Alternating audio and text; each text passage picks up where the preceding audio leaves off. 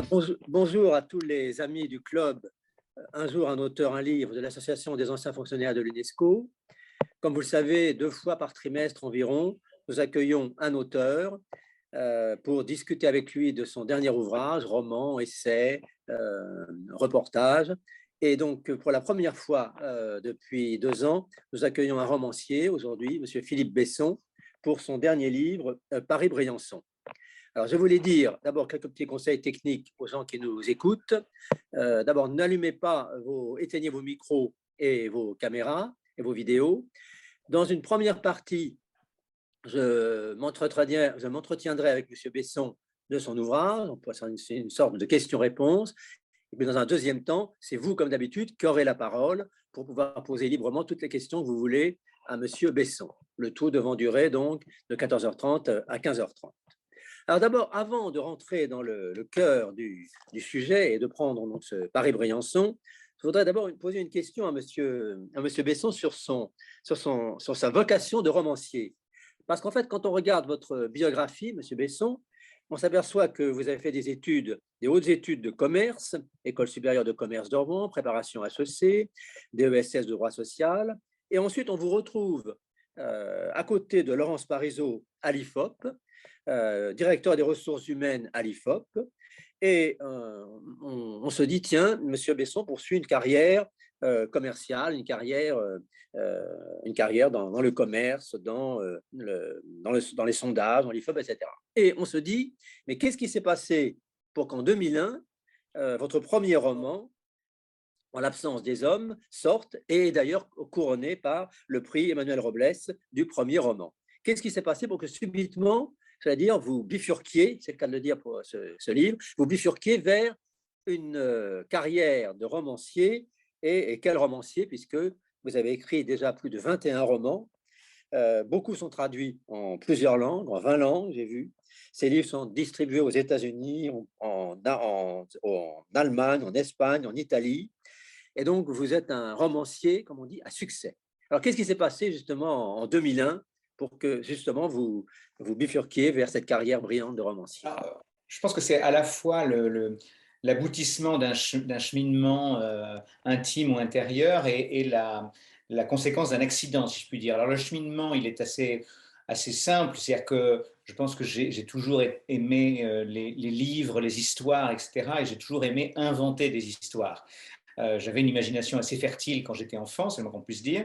J'ai écrit un livre d'ailleurs qui s'appelle Arrête avec tes mensonges, parce que c'était une phrase que ma mère m'objectait quand j'étais enfant, parce que je passais mon temps à raconter n'importe quoi, à inventer des dispositifs un peu curieux, mais j'y mettais tellement de vraisemblance qu'elle finissait par se demander si ce n'était pas la vérité.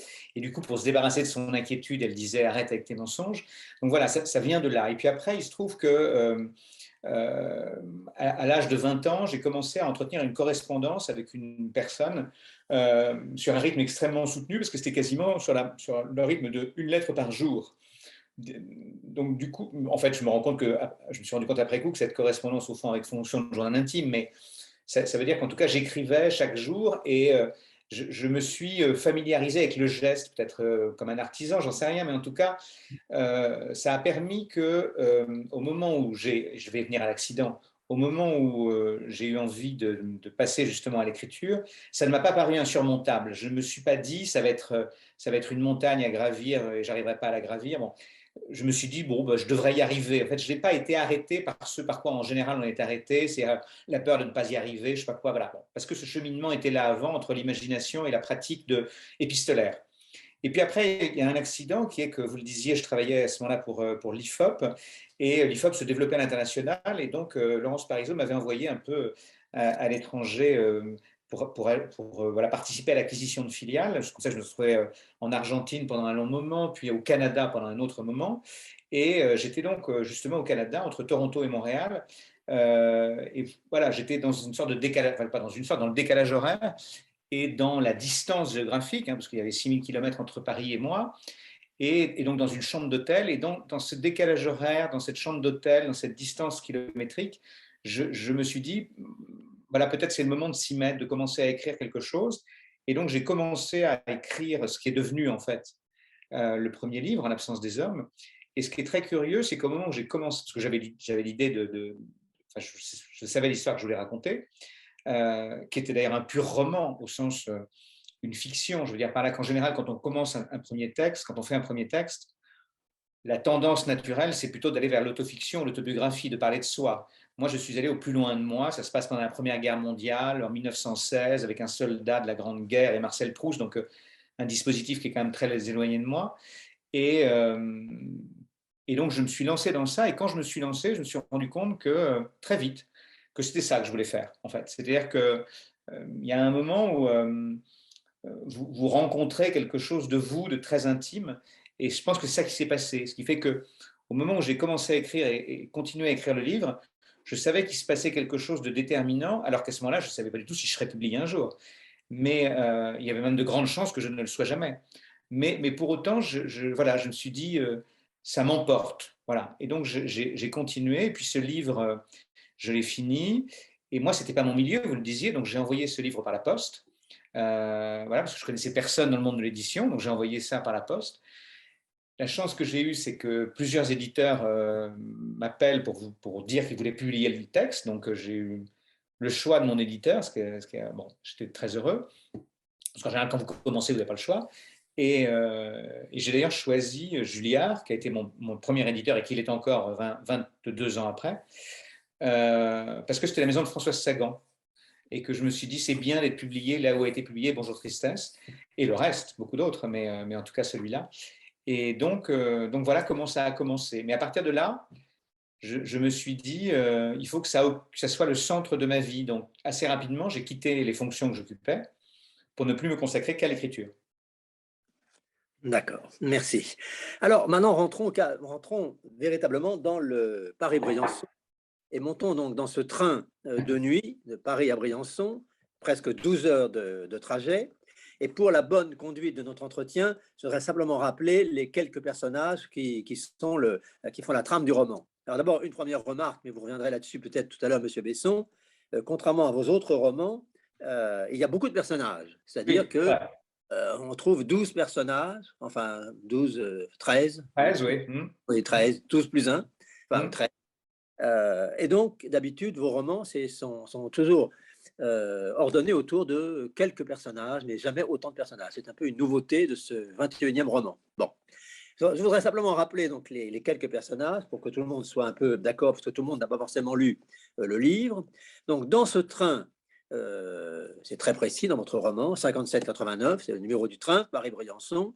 Dans ce train qui part donc un jour du mois d'avril, se retrouve par hasard Alexis, un médecin de 40 ans qui vit à Paris et qui va à Briançon vider la maison de sa mère qui vient de décéder. Victor, qui a 28 ans, qui est un sportif, qui fait partie d'une équipe de hockey et qui a une carrière de sportif et qui a raté le TGV.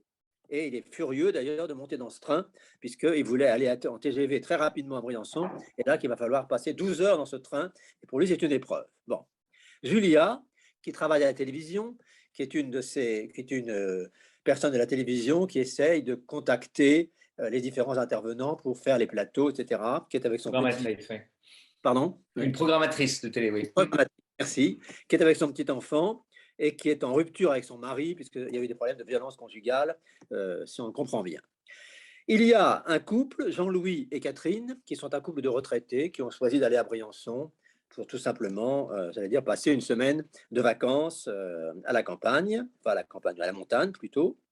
Serge, qui est un représentant de commerce, un peu lourd, un peu dragueur, on va dire, enfin bon, voilà, bon. Mm. Et puis, il y a plusieurs étudiants à l'université de Nanterre, qui tournent autour de l'âge de 19 ans, qui sont là ensemble. Et l'un d'entre eux a obtenu de ses parents d'avoir un chalet à Briançon pendant une semaine. Et donc, ils vont tous se retrouver à Briançon pour, j'allais dire, passer une semaine ensemble. Et voilà, donc ça, ce sont les personnages en question qui vont faire la trame de l'ouvrage. Ils montent dans le train. Et donc, ce qui est très intéressant, ce qui est très curieux dans ce livre, Monsieur Besson, c'est que page 2 du prologue, vous écrivez Bientôt, le train s'élancera pour un voyage de plus de 11 heures. Il va traverser la nuit française. Pour le moment, les passagers montent à bord, joyeux, épuisés, préoccupés ou rien de tout cela. Parmi eux, parmi eux, certains seront morts au lever du jour. Donc voilà, dès le début, on connaît la fin. Il ne faut pas Oui. regarder la fin, faut pas regarder la fin, je dis à ceux qui n'ont pas lu le livre. Mais voilà, donc dès le début, on sait qu'il y aura des morts, mais en même temps, je veux dire, est-ce que c'est un roman policier? Est-ce que c'est une nouvelle forme des romans de Philippe Besson ou non? Alors, que ce soit une nouvelle forme, oui, vous le disiez, parce que c'est vrai que c'est un roman choral, ce qui n'est pas mon habitude, parce qu'en général, moi, quand il y a 2 ou 3 personnages, c'est le maximum de ce que je fais, en manipuler 13, c'était pas simple pour moi, enfin pas simple, en tout cas c'était nouveau pour moi. Bon. Euh, et ce qui m'intéressait justement, c'était de prendre le lecteur à témoin d'emblée, en disant, voilà, je vous montre des gens que vous connaissez pas, qui eux-mêmes se connaissent pas entre eux, puisqu'ils n'ont été rassemblés au fond dans ce train que par le hasard, comme on l'est dans un train. Et, euh, simplement, j'essaie de passer un contrat avec le lecteur en disant, faites attention si vous attachez à l'un d'entre eux ou à plusieurs d'entre eux, il y en a quand même qui ne survivront pas à ce voyage. Et je n'en dis pas plus, c'est-à-dire je ne dis pas qui va mourir, je ne dis pas comment ils vont mourir, je ne dis pas à quel moment ils vont mourir, voilà.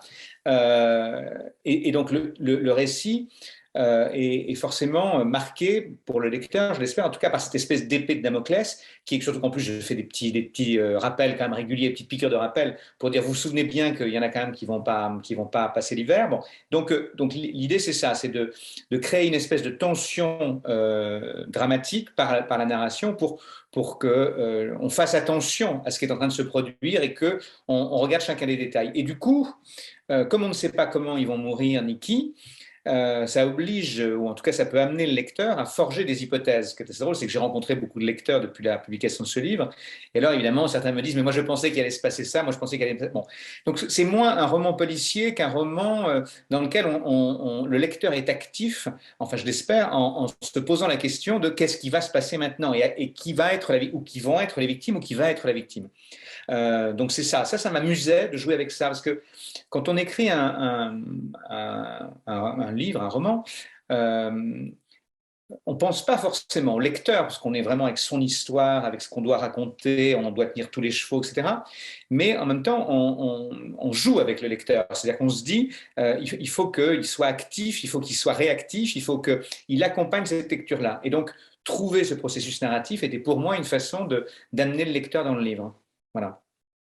C'est vrai que ça, je dis ça pour ceux qui n'ont pas encore lu le livre. C'est vrai qu'au fur et à mesure qu'on tourne les pages, on se dit et on cherche des indices pour savoir si Oui. effectivement celui-là ou celle-là, c'est elle qui va finir par mourir. Mais en fait, on ne devine pas vraiment. C'est un Non. peu une surprise. D'ailleurs, on se demande si, en écrivant ce roman, au début, vous saviez qui allait mourir ou non. Et est-ce que c'est Alors, facile de mourir un de ces personnages? Alors, oui et non. C'est oui, je savais qu'elle allait mourir, et non, ce n'est pas facile de faire mourir des personnages, et encore plus difficile que je le pensais. C'est-à-dire que, oui, moi j'avais une idée assez précise de qui je voulais faire mourir, même si jusqu'au bout, je me laissais la possibilité de faire mourir d'autres. Bon, bref. Mais j'avais une idée assez précise, et ce qui est assez curieux, c'est que, alors peut-être parce que je savais qu'ils allaient mourir, j'en sais rien, mais au fond, je me suis rendu compte que c'est les personnages auxquels je m'étais le plus attaché que j'ai choisi de faire mourir. C'est-à-dire que ceux qui meurent dans le livre sont ceux qui me touchent le plus, m'émeuvent le plus. C'est assez curieux, il ne fallait pas chercher à comprendre la raison de ça, mais en tout cas, voilà, j'ai pour eux une espèce de tendresse folle, pour plein de raisons, et pourtant, je les ai fait mourir. C'est bien pour ça que c'était difficile de les faire mourir, mais en même temps, ce qui était important pour moi, justement, c'est que leur mort apparaisse comme une forme d'injustice. Enfin, toute mort est injuste, ou juste, peu importe, mais en tout cas, toute mort est cruelle. Et je voulais que là, ça apparaisse encore plus cruel, c'est-à-dire que le lecteur se dise ah non, pas elle ou bon. Et donc pour que puisque c'est un roman sur les instants, sur les rencontres de hasard et sur le prix des instants et sur l'idée qu'à un moment tout peut s'achever en une seconde. C'est-à-dire que c'est ça que ça raconte, ce livre. C'est qu'on est là et puis l'instant d'après, non. Et donc, il faut avoir en tête que parce que ça peut s'arrêter d'une minute à l'autre, on a peut-être intérêt à faire attention aux instants que l'on vit. Donc, bien entendu, tout le monde a bien compris, ce n'est pas un polar, ce n'est pas un roman Non. policier. Alors, on peut se poser plusieurs questions. Est-ce que ce n'est pas un roman, bon, bien entendu comme tous les romans, mais celui-ci en particulier, sur la société d'aujourd'hui, sur la société actuelle? Et je voudrais, à ce propos, lire un passage de votre livre. C'est un passage où Catherine, donc la retraitée, qui est d'ailleurs assez engagée politiquement, c'est assez engagée, puisque ce n'est pas un secret que de dire qu'elle est sympathisante. Syndicaliste, oui, oui, qui est dans la lutte. Oui. D'accord. Donc Catherine, qui est une retraitée, et qui donc rentre en contact avec le groupe de jeunes. Contrairement à ce qu'on pourrait imaginer, il n'y a pas de conflit ouvert entre ce groupe de jeunes qui va évidemment s'amuser toute la nuit, fumer, chanter, etc., et ce groupe de retraités. Au contraire, Catherine, donc la retraitée, va jouer même avec eux à la belote. Et va donc s'amuser avec eux et discuter avec eux. Et à un moment, elle a ce propos. Catherine, donc, qui s'adresse aux jeunes de l'université de Nanterre, donc qui ont à peu près 20 ans. Dans le métro, quand je vous regarde, vous êtes alignés et vous avez tous la tête penchée sur un portable. On dirait des animaux de batterie. Et personne ne parle à personne. Vous êtes enfermés dans votre propre monde. Entre ceux qui sont sur Facebook ou je ne sais quoi, ceux qui tapent des messages comme s'ils n'avaient que des urgences, ceux qui jouent à des jeux avec des flingues ou des bagnoles et qui sautent à tout va, franchement, c'est déprimant. Donc, en fait, on voit à travers, en filigrane, dire, une description un peu d'une société de solitude, c'est-à-dire une société où les gens restent seuls. Oui. Et précisément, en tout cas, se permet de se retrouver ensemble et de discuter. oui, il y a plusieurs choses là. La première, c'est qu'effectivement, ce qui m'intéressait, c'était d'essayer de faire se rejoindre des gens ou des groupes qui, a priori, sont antagonistes. C'est-à-dire qu'on se dit, effectivement, le couple retraité qui se trouve à côté des 5 jeunes, ça ne va pas le faire, parce qu'effectivement, entre les jeunes qui fument, qui écoutent de la musique, qui font du bruit, et les retraités qui ont plutôt envie de calme, il y a cette idée qu'a priori, ça ne va pas marcher. De la même manière, entre la jeune femme un peu énergique qui bosse à la télé et le VRP un peu lourdingue, on se dit, oulala, ça ne peut pas marcher non plus. Bon. Et ce qui m'intéressait, c'était de prendre des gens qui sont a priori antagonistes et d'essayer de les faire se rejoindre parce que finalement, il y a toujours des points de raccrochement et que c'est ça aussi ma volonté, c'est que je crois que le train de nuit permet cela. C'est-à-dire que comme on sait qu'on a le temps, à la différence des autres trains qui vont très vite. Moi qui habite Bordeaux aujourd'hui, quand je vais à Paris, je mets 2 heures, et si le train met 2h05, je suis énervé. Bon, on a cédé à l'urgence, à la rapidité, tout ça. Bon, on a perdu l'habitude de la lenteur, et la lenteur nous agace très vite. Et moi, ce qui m'intéressait dans les trains de nuit, c'est que justement, on est obligé à la lenteur, parce qu'on met 11h30 pour aller là-bas, donc voilà. Et cette lenteur, en plus, c'est une lenteur cernée de nuit, donc ça veut dire qu'on est bien obligé d'être avec l'autre, parce que de toute façon, il n'y a rien d'autre à faire, il n'y a pas de paysage autour qui viendrait nous distraire. Et enfin, on est obligé de retrouver aussi, d'une certaine manière, l'art de la conversation. C'est-à-dire qu'aujourd'hui, on ne se parle plus, et ça va faire écho au passage que vous avez lu. C'est-à-dire qu'au fond, on est enfermé dans sa propre solitude. Nous-mêmes, si je reprends le train et la métaphore du train, quand je prends le TGV, moi, pour venir à Paris, oui, la première chose que je fais, c'est d'ouvrir mon ordinateur ou de me pencher sur mon portable, et je ne sais même pas qui est autour de moi. Et au pire, avant que le train ne démarre, je regarde les gens qui montent en disant « Oh, pourvu que ce ne soit pas celui-là qui soit à côté de moi », c'est-à-dire que l'autre est toujours vécu comme un adversaire ou comme un agresseur. Et c'est ça qui m'intéressait, c'était de montrer que dans ce train-là, il va falloir changer ce paradigme et qu'effectivement, l'autre n'est pas un agresseur, mais plutôt un complice possible, en tout cas quelqu'un avec qui on peut avoir une complicité. Et voilà, et ça commence comme ça quand effectivement Catherine parle aux jeunes, c'est-à-dire que l'image qu'elle a d'eux, qui n'est pas d'ailleurs forcément erronée, c'est qu'ils passent leur temps effectivement enfermés dans leur bulle Internet, dans leur téléphone portable, dans leur jeu, dans leur je sais pas quoi. Et alors qu'elle, qui n'est pas de cette génération-là, évidemment, elle est moins concernée. Et ils vont lui répondre, enfin, ils vont entamer en tout cas un dialogue et une conversation sur ce sujet et finalement se rapprocher. Et c'est ça que ça raconte, ce livre, c'est que le rapprochement est possible entre des gens qui pourtant appartiennent à des générations différentes, à des milieux différents, à des blessures différentes aussi, parce qu'il y a ça aussi, c'est que chaque personnage, au fond, porte une blessure et qui va s'en ouvrir à ce moment-là, il va raconter ses blessures à l'occasion du voyage. Alors, toujours un peu dans ce registre société, vous avez à la fin du roman, alors on ne va pas dire ce qui se passe, mais parce qu'on Non, ne va pas tout divulguer, non, non. mais vous avez un paragraphe qu'on peut extraire complètement du contexte. Vous dites, vous écrivez époque vulgaire où plus rien n'est privé, où tout est spectacle, et surtout la souffrance, surtout la désolation, où la décence pèse si peu devant la prétendue priorité à l'information, où le goût de l'immédiateté prive de tout discernement, et où les dommages collatéraux constituent un détail dérisoire. Donc en fait, vous avez des mots assez durs sur la société d'aujourd'hui. Est-ce que c'est Oui, vraiment en votre... tout cas, sur la société du spectacle, sur la Oui, société, oui. sur la société médiatique, ou la société télévisuelle, ou la société des réseaux. C'est-à-dire que ce qui me frappe, mais je ne fais qu'enfoncer des portes ouvertes quand je dis ça, c'est qu'aujourd'hui, l'information est devenue non pas une denrée qu'on respecte et à base de faits vérifiés, décortiquer et analyser. C'est devenu quelque chose qu'on catapulte, une information chassant l'autre, et sans aucune hiérarchie. C'est-à-dire qu'on va passer de la guerre en Ukraine au pull de Bruno Le Maire sur le même registre. Et donc on se dit à quel moment on priorise, à quel moment on comprend quelque chose d'essentiel et quelque chose d'accessoire. Bon. Et puis, c'est aussi une société du dévoilement de soi, c'est-à-dire les réseaux sociaux, évidemment, ont démultiplié à l'infini cette espèce de narcissisme, de cette façon de se montrer, de s'exposer, voilà, et dont le revers de la médaille est qu'effectivement, puisque de toute façon tout est devenu public, rien n'est devenu caché, vous étonnez pas qu'il y ait des inquisiteurs derrière avec des téléphones portables qui vous filment à chaque moment, puisque vous-même, vous avez démultiplié votre intimité sur les réseaux ou ailleurs. Donc c'est ça que ça raconte, c'est que je trouve que, moi j'aime bien l'idée de la vie privée, j'aime bien l'idée de l'intimité, j'aime bien l'idée de ce qu'on garde pour soi, de ce qu'on cache, de ce qui n'appartient qu'à soi et qu'on ne donne pas aux autres, voilà, ou qu'on partage qu'avec une toute petite partie de gens qui sont nos intimes et nos proches, voilà. Et cette époque où est effectivement une époque de déballage, d'étalage, me gêne un peu, donc c'est ça aussi que je raconte à ce moment-là, c'est que plus rien n'est privé et que tout est sujet à polémique, à analyse superficielle, à sensationnalisme. C'est-à-dire que l'information n'a de sens aujourd'hui que si elle est sensationnelle, que si elle fait le buzz, comme on dit. C'est-à-dire qu'on ne cherche pas l'info, on cherche le buzz.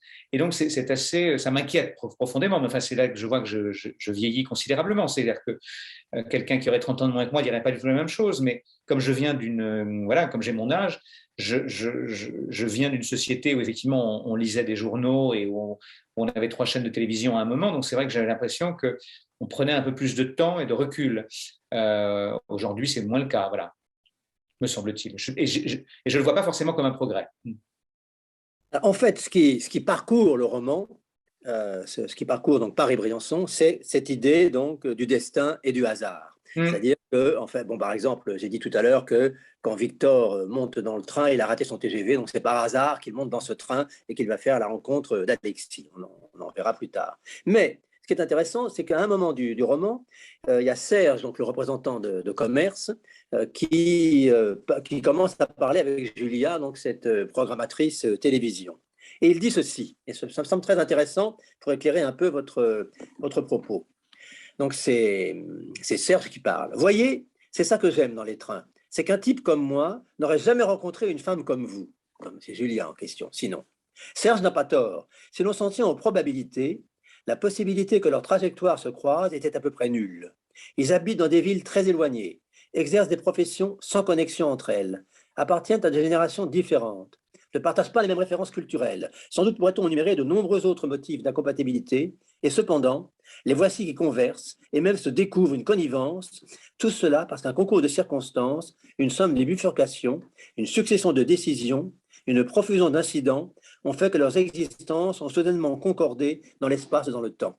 Il aurait pu prendre le train d'avant, elle aurait pu choisir une destination différente pour sa fuite, les vacances de Pâques auraient pu commencer plus tôt ou plus tard, le système informatique de la SNCF aurait pu les assigner à des voitures distinctes.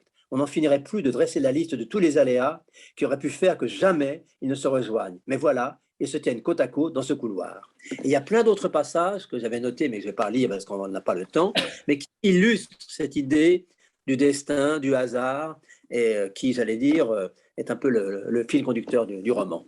Oui, oui, c'est ça. Je voulais raconter un truc sur la mécanique du hasard. C'est-à-dire, je trouvais que c'est intéressant, et je trouvais que le train, de ce point de vue-là, était un symbole et une métaphore assez commode. C'est-à-dire que il n'y a pas finalement beaucoup d'endroits où on est,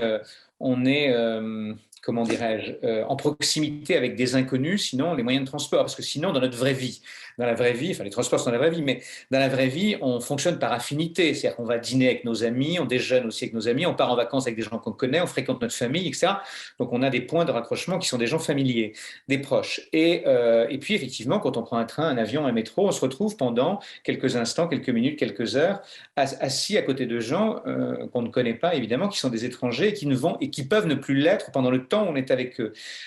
Et le train de nuit ajoute cette particularité, je le disais, que les trajets sont longs, donc on a quand même le temps de se rencontrer, de se connaître, d'apprendre à se connaître. Et surtout, c'est quand même des trains couchettes.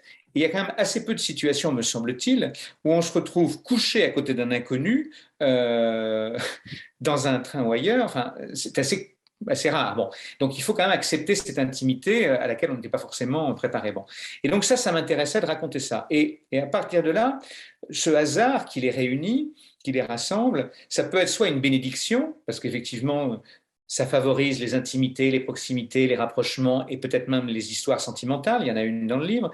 Mais c'est aussi une malédiction, puisque ça peut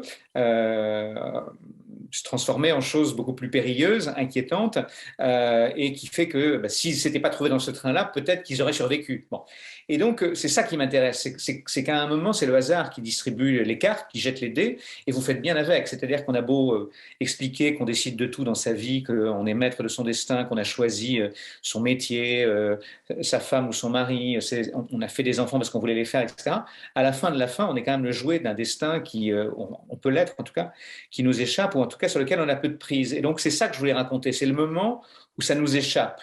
C'est toujours intéressant pour un romancier, ça, le moment où ça vous échappe, le moment où vous avez une vie et puis tout d'un coup, vous en perdez le contrôle. Et c'est ça qui leur arrive à tous, c'est qu'ils ont une vie dans laquelle ils sont globalement à peu près heureux ou harmonieux ou ce que vous voulez, bon, et puis elle va leur échapper, à tous au même moment. Voilà.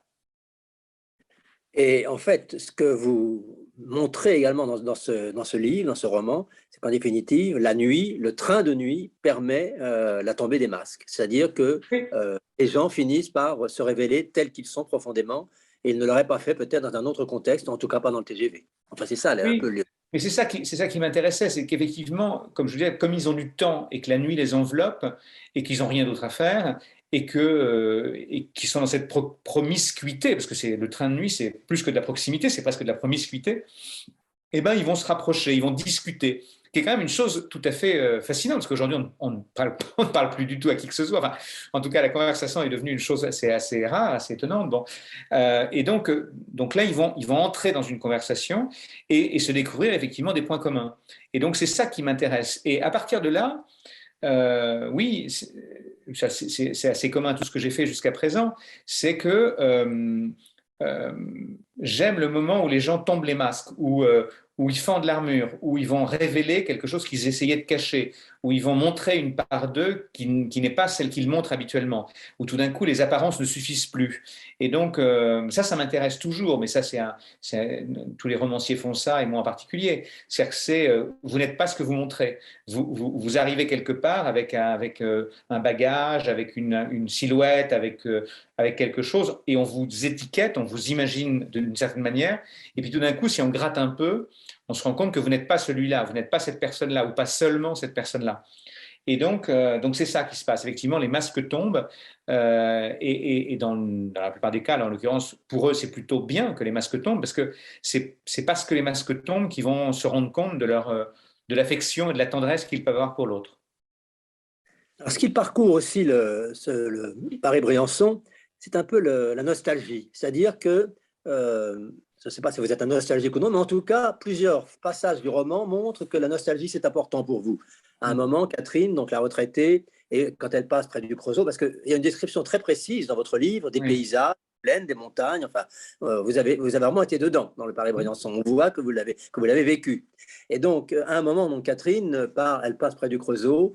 Et elle, comme ancienne militante, peut-être syndicaliste, et tout, elle regrette les anciennes usines du Creusot, transformées aujourd'hui en bibliothèque. Enfin, tout est détruit. Et donc, on voit bien qu'il y a une nostalgie là. Et au début du roman également, quand vous présentez ce train de nuit, vous écrivez: pourtant, donc le train de nuit, il a connu son heure de gloire. Qui ne se souvient de l'Orient Express, du train bleu, de la Flèche d'Or? Rien que les noms nous transportaient.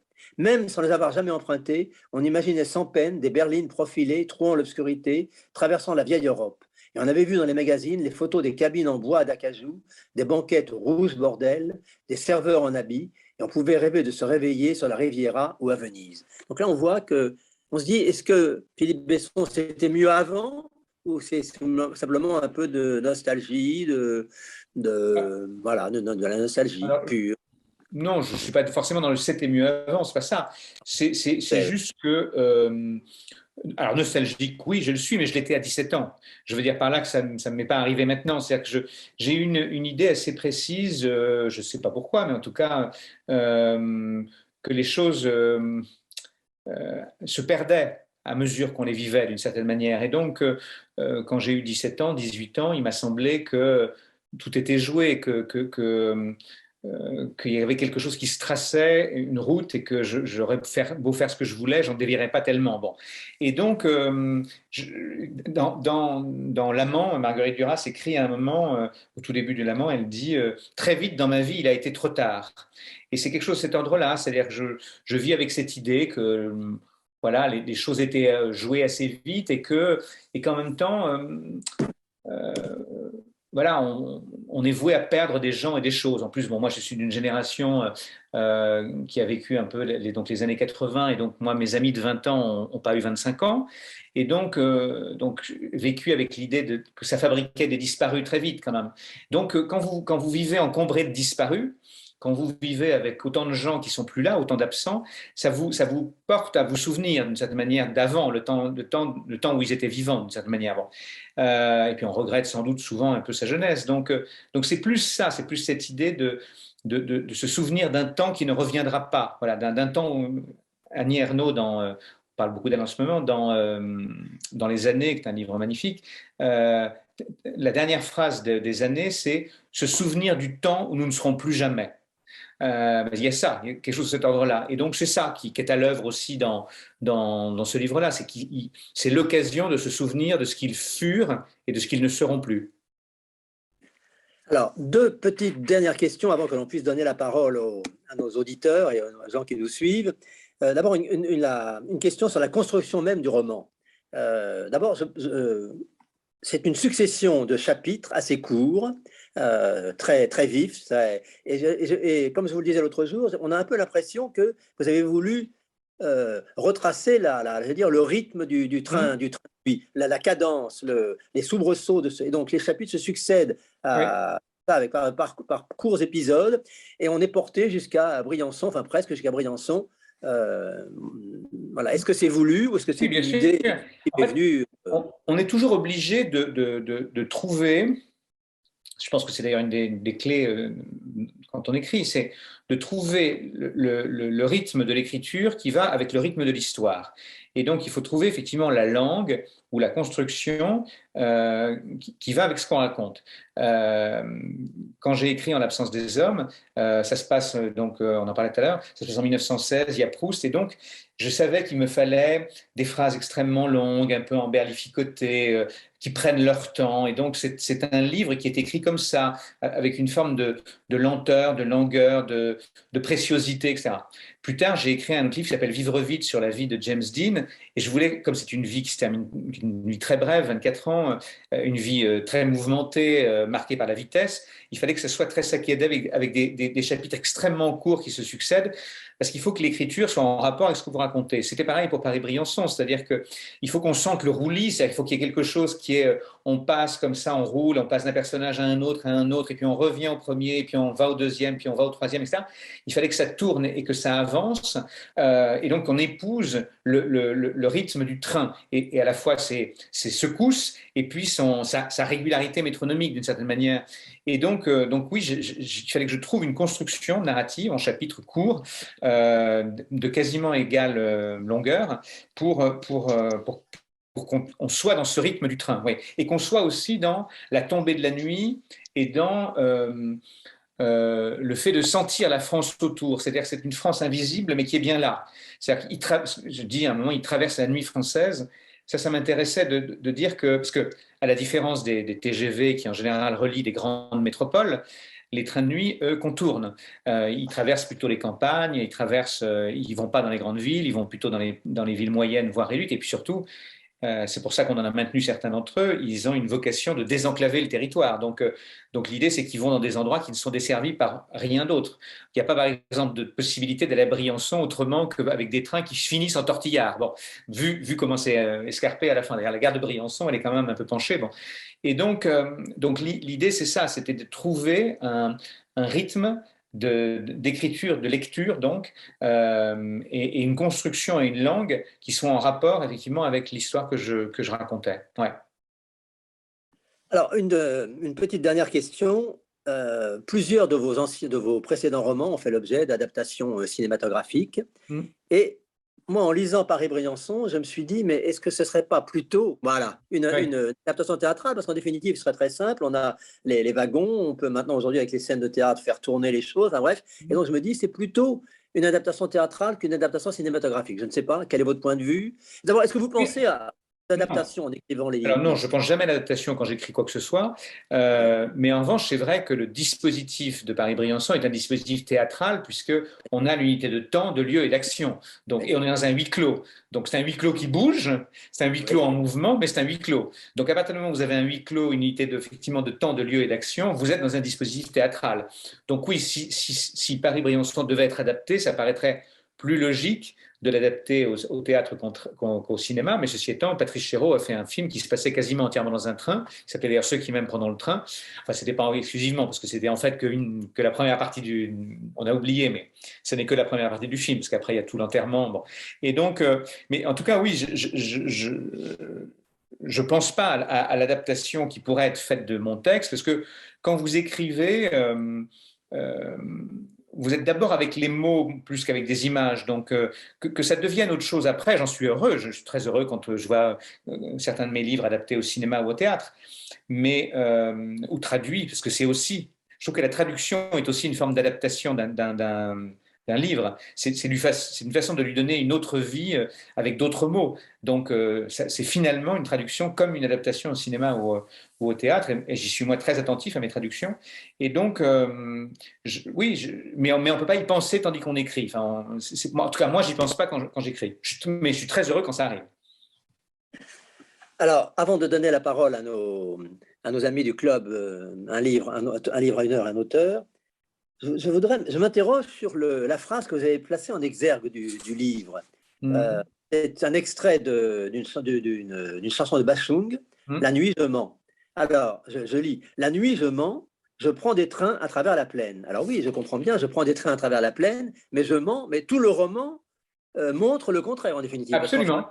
C'est l'explosion de la fin du mensonge. Oui, c'est ça. Mais c'est pour ça que j'ai choisi cette phrase. Parce que c'est au fond, ce livre est la démonstration que non, on ne ment pas et qu'on dit la vérité. Alors, on commence par mentir. Ils commencent tous, enfin, par jouer un rôle d'une certaine manière, par être ce qu'ils sont, ce qu'ils paraissent d'habitude. Et puis, on le disait, les masques tombent. Donc, ils finissent par dire leur vérité intime. Mais au départ, ils sont dans leur rôle, dans le rôle qu'ils se sont assignés, dans la fonction qui est la leur. Bon. Et puis, ça change. Et donc, voilà, mais la phrase de Bachung, ce livre en est le contraire, oui, absolument. Mais on traverse bien la plaine, ça c'est vrai. Oui, les plaines, les montagnes, les villes, on contourne les villes. Et vous décrivez dans très la bien. chanson, il fait mention du Vercors, et j'en parle aussi dans le livre, etc. Bon, c'est pour ça. Oui. Très bien. Bon, alors, merci beaucoup. Donc, si vous voulez, maintenant, on va donner la parole à nos auditeurs qui doivent lever la main avec le petit sigle jaune, se présenter rapidement et poser la question à Monsieur Besson. Donc, en allumant bien sûr votre micro et votre vidéo. Je vous remercie infiniment, Monsieur Besson, pour cet exposé, cette présentation extrêmement riche et très touffue. En fait, on aurait 1000 questions à vous poser, enfin du moins moi, Mais je vais d'abord faire une remarque et puis je vous pose une seule question. J'ai lu certains de vos romans, bon, sur lesquels je ne reviendrai pas, que j'ai beaucoup aimé. Et vous avez dit au tout début de votre intervention aujourd'hui quelque chose que m'avait dite Marguerite Duras, parce que je l'ai connue comme j'avais écrit sur elle. Elle avait demandé à me rencontrer et elle m'avait dit quelque chose qui m'avait beaucoup frappé. C'est peut-être pas extraordinaire, mais vous l'avez dit aussi. Un écrivain écrit tous les jours. Et ça, c'est, je crois, quelque chose parce que, enfin, elle avait développé, elle m'avait dit parce que c'est un besoin essentiel, comme manger, boire, dormir, etc. Ce n'est pas qu'on écrit parce qu'on a une idée, parce que tout à coup on se dit « je vais écrire ». Non, on écrit tous les jours quand on est écrivain. Et ça, je salue, disons, ce que vous avez dit, mais c'était au tout début de votre intervention. Alors, maintenant, ma question, j'en aurai d'autres, comme j'ai dit, mais je ne veux pas monopoliser la parole. Nous avons beaucoup parlé du train. D'ailleurs, je dois dire que vous m'avez donné une furieuse envie de lire le livre. On a beaucoup parlé du train et du temps, parce que les moyens de transport, notamment ceux que nous connaissons de nos jours, c'est-à-dire le train, moins la voiture parce qu'on est souvent avec des intimes dans la voiture, le train, les avions, beaucoup moins le bateau, et je vais dire pourquoi. Les masques tombent parce que je pense que c'est qu'on ne verra jamais plus ces personnes. Oui, c'est ça. Et vous avez raison, je le dis d'ailleurs à un moment dans le livre, à un moment, l'un des personnages dit au fond, je peux parler, puisque au petit matin, nous séparerons et nous ne nous reverrons plus. Et donc, il y a cette idée-là. Il y a cette idée, je peux me confier à un étranger, puisqu'il ne va pas me juger, il ne me connaissait pas avant, et puis demain, ce sera fini, nous serons, et l'un et l'autre, passés à autre chose. Alors qu'effectivement, se confier à quelqu'un qui nous connaît, ça suppose de devoir assumer ce qu'on est en train de dire. Alors que là, on peut se débarrasser de quelque chose, faire preuve d'une forme d'impudeur peut-être, mais en tout cas de laisser aller, de lâcher prise, parce que celui ou celle à qui on s'adresse emporte avec lui ou avec elle notre secret. Et donc c'est ça qui les aide effectivement, c'est le fait qu'effectivement ils peuvent lâcher une valise, leur petit sac de névrose, parce qu'effectivement l'autre l'emporte et ils ne le reverront jamais. C'est comme si c'était un crime sans témoin. Oui, alors, bon, je suis très content que vous soyez d'accord avec ça et que vous en ayez parlé dans le roman que je lirai incessamment sous peu. Et je disais beaucoup moins le bateau parce que dans un bateau, enfin ça dépend, si c'est une traversée de l'Adriatique, oui peut-être, mais si c'est un voyage long, le problème c'est qu'on revoit le lendemain matin les mêmes personnes. Oui, oui. Et alors là, le bateau n'est pas très, il ne fait pas tomber les masques. Au contraire, les personnes dans les bateaux se renforcent dans leur personnage et essayent de soutenir ce personnage qu'ils ont l'air d'être ou qu'ils souhaitent être ou qu'ils souhaiteraient qu'on les vit. Donc, bon, c'est juste cela. Bon. Oui, vous avez raison, je n'y avais pas pensé, mais vous avez raison, oui, absolument. J'aurais des centaines de questions à vous poser, mais nous n'allons pas faire ça parce que je sais que mes autres amis et camarades qui vous écoutent ont d'autres questions à vous poser. Mais enfin, si j'avais le temps, je vous poserai une seule autre question sur la mort. Vas-y, Georges, maintenant peut-être. Vas-y. Oui. Oui, vas-y, Georges, maintenant. Ah bon, tu es sûr? Oui. Enfin, non, mais parce que je ne veux pas monopoliser la parole. Bon.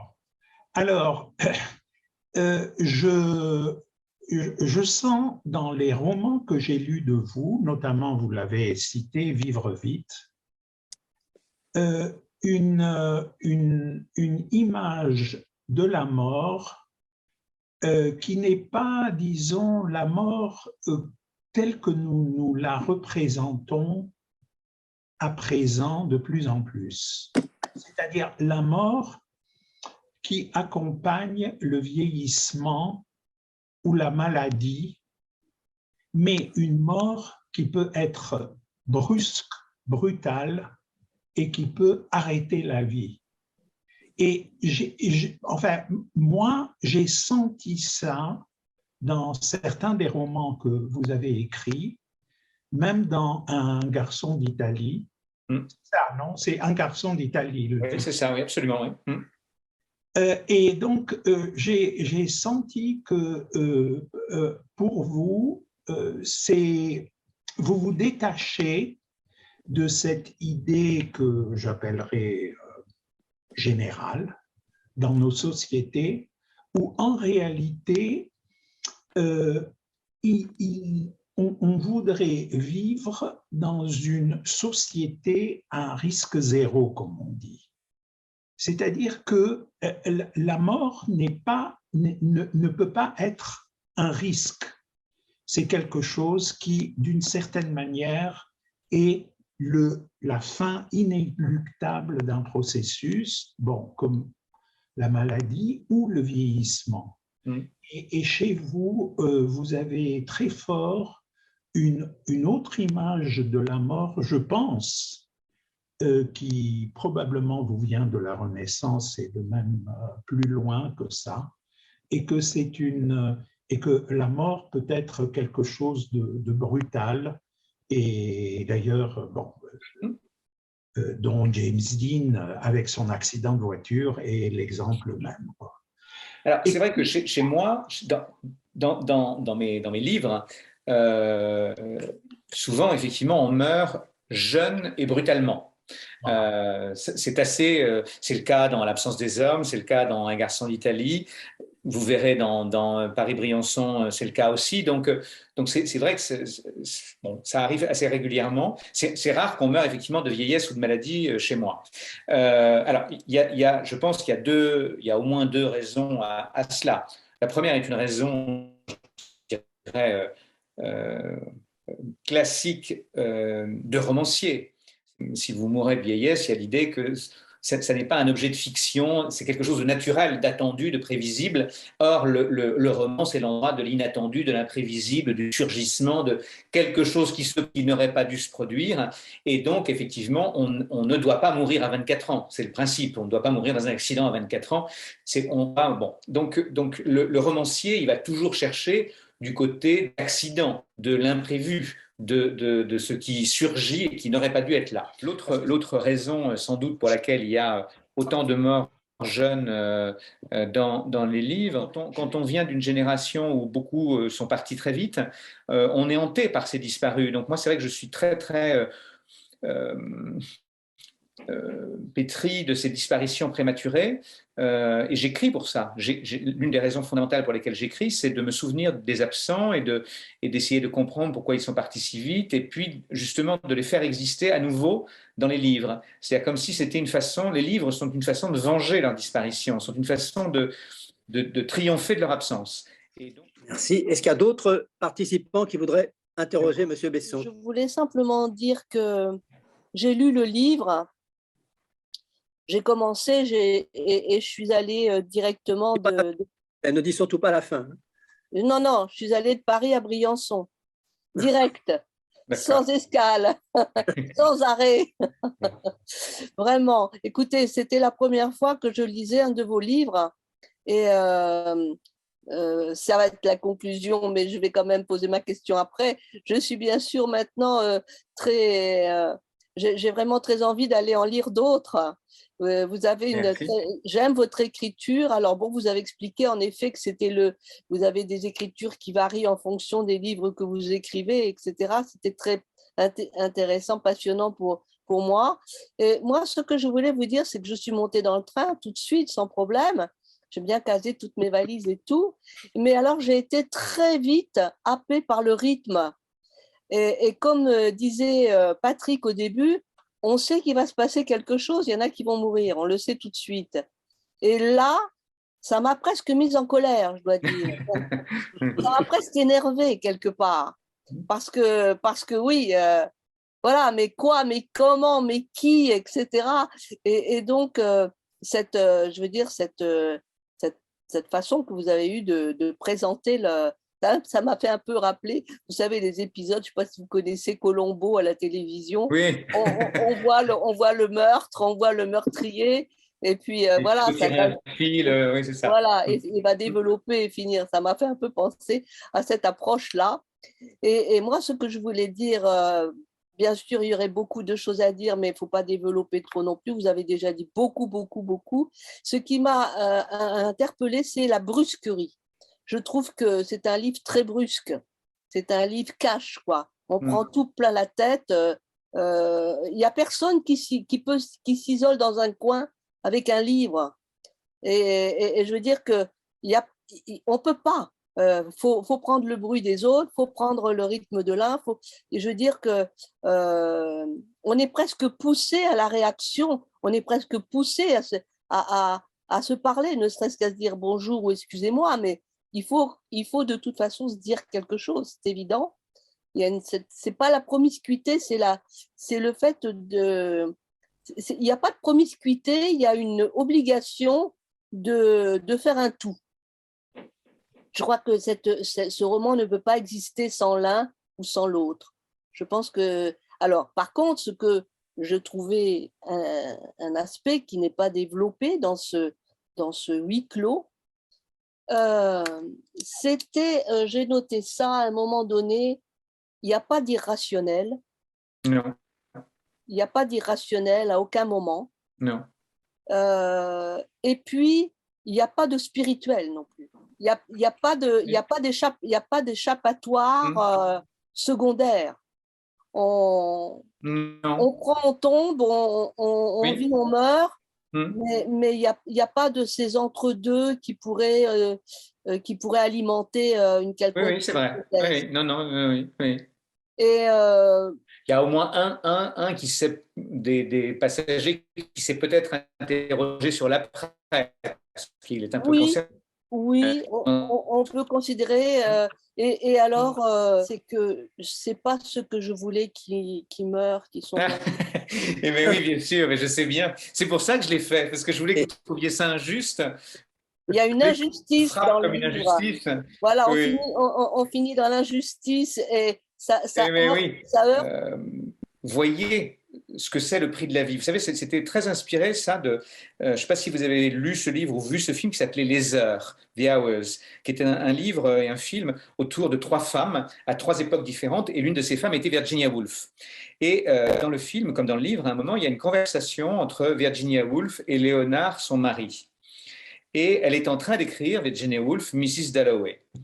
Et donc, elle descend de sa pièce d'écriture, de sa chambre d'écriture, et elle regarde son mari et elle dit voilà, j'ai décidé, quelqu'un va mourir. Elle est la romancière, elle a décidé que quelqu'un mourrait dans son livre. Et son mari lui dit mais pourquoi faut-il que quelqu'un meure dans le livre? Et elle répond pour que tous les autres, tous les vivants, connaissent le prix de la vie.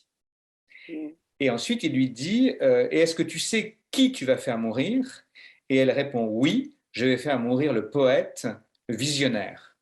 Et ça, cette phrase-là, cet échange-là entre Virginia et Léonard dans le livre, comme dans le film Les Heures, j'ai trouvé que c'était intéressant. C'était une façon de dire, effectivement, c'est quand on regarde ceux qui sont morts qu'on peut penser aux vivants. D'autres questions, d'autres interrogations de la part de nos auditeurs? On retourne vers Georges maintenant. Ah oui, c'est pas une question. J'ai beaucoup apprécié la manière dont M. Besson parle de la construction de ces différents romans. C'est-à-dire qu'en réalité, son style, si j'ose dire ça, n'est pas toujours le même, que les phrases ne sont pas toujours les mêmes.